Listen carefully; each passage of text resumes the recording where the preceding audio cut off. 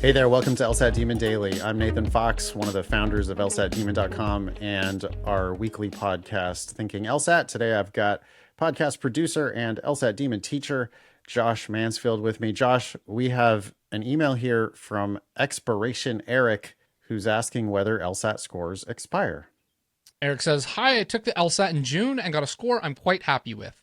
However, I think I'd like to take a gap year between graduating college and starting law school. So instead of applying to start fall 2026, I'd start fall 2027. Do older scores look worse on a law school application? Should I take the LSAT again right before I apply?" No, scores are good for 3 years at every school, and they're on your LSAC record for 5 years, which I would imagine most schools are going to be fine with that. Mm-hmm. Schools have to report your highest LSAT score to the American Bar Association. And as long as it's on your LSAC record, I don't think they even notice when you took it. I can't imagine that they would care. They care literally what the number says.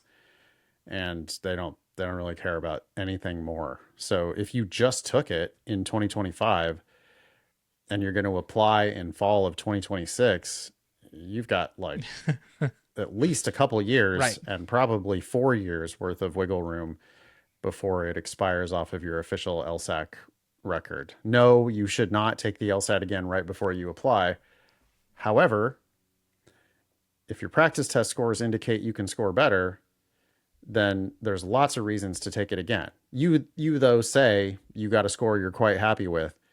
Okay, if you're happy with it, if you think it's going to get you to the right school at the right price, then fine. But before you declare victory, if that number is 176 or higher, fine. Enjoy your year off.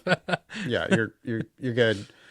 But if you're real happy with your 169, okay. I mean, did you ever have practice test scores that were higher than that? Or do you think you could have had practice test scores that were higher than that? Because the 99th percentile at Yale is 176. Or sorry, not the 99th percentile. Sorry, the 75th percentile at Yale was like around 176 or 177. And, I would go to our scholarship estimator, lsatdemon.com/scholarships, put in your undergraduate GPA and your LSAT, the score that you're happy with, Erik, and see what kinds of results you're likely to get based on last year's 509 data. Because, if you put in a few more points, there you might start to see like 30 or 50,000 more dollars of scholarship help, or you might start seeing doors open to schools that you hadn't previously thought were really in play for you. And so that would be the reason to retake. Just want to shout out, enjoy, the gap year. Congratulations. I have yet to meet a single person who has ever regretted their gap year or gap years and the experience they gained in between. Not one. Not a single person. So.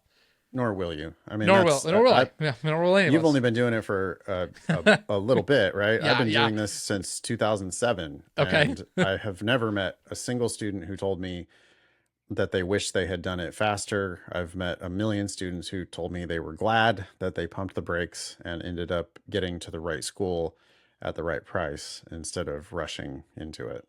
Think about retaking if you want it. And congrats on getting a score you were happy with in June. Thanks for writing in, Erik. Email daily@lsatdemon.com if you'd like to ask us a question or share some LSAT or law school admissions news. Thanks for listening.